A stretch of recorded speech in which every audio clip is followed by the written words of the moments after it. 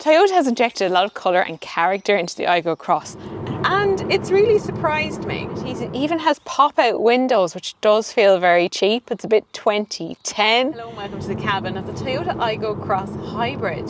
This is the smallest Toyota that you can buy. It starts into the range below the Yaris Hybrid, but it actually shares the same hybrid powertrain now with the Yaris and the Yaris Cross. So the old 1 litre petrol is gone, and believe me, a massive improvement, which I'll get to in this video.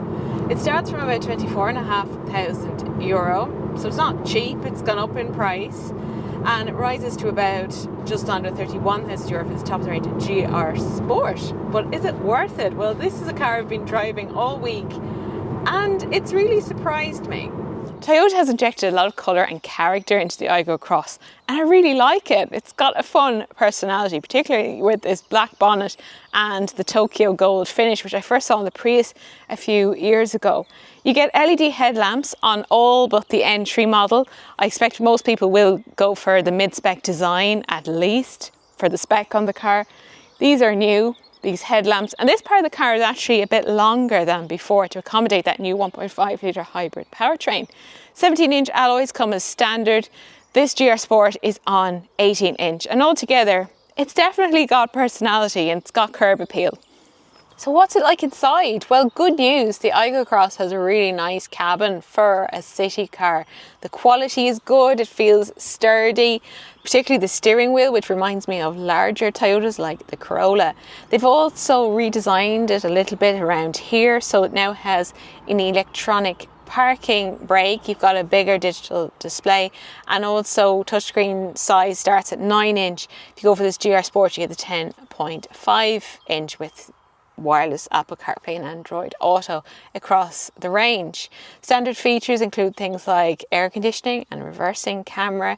And as you go up the trim levels, there's things like ambient lighting, wireless smartphone charging.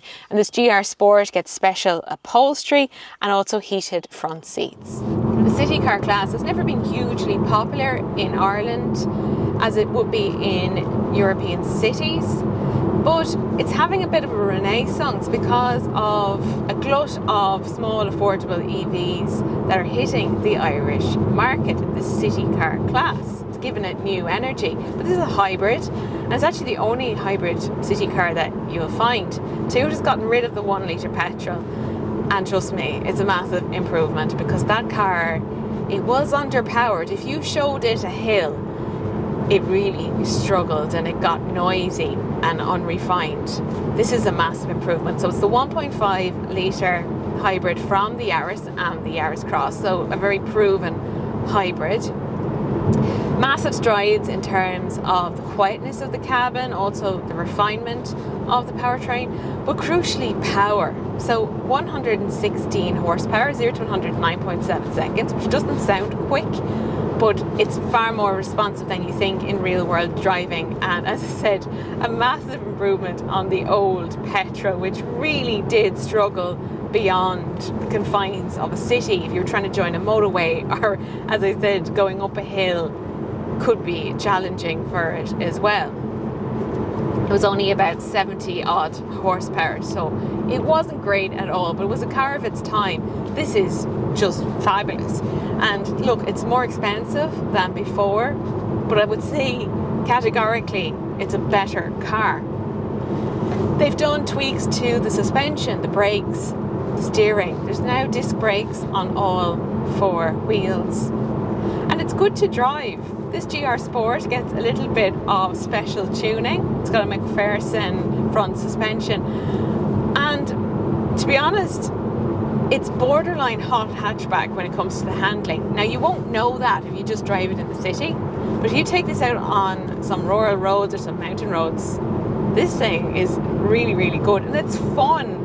It's actually got quite a sporty stance, particularly in this yellow and black colour scheme, and it does get this new hybrid badge at the back, but other than that, everything is pretty much the same. This is still a glass boot lid.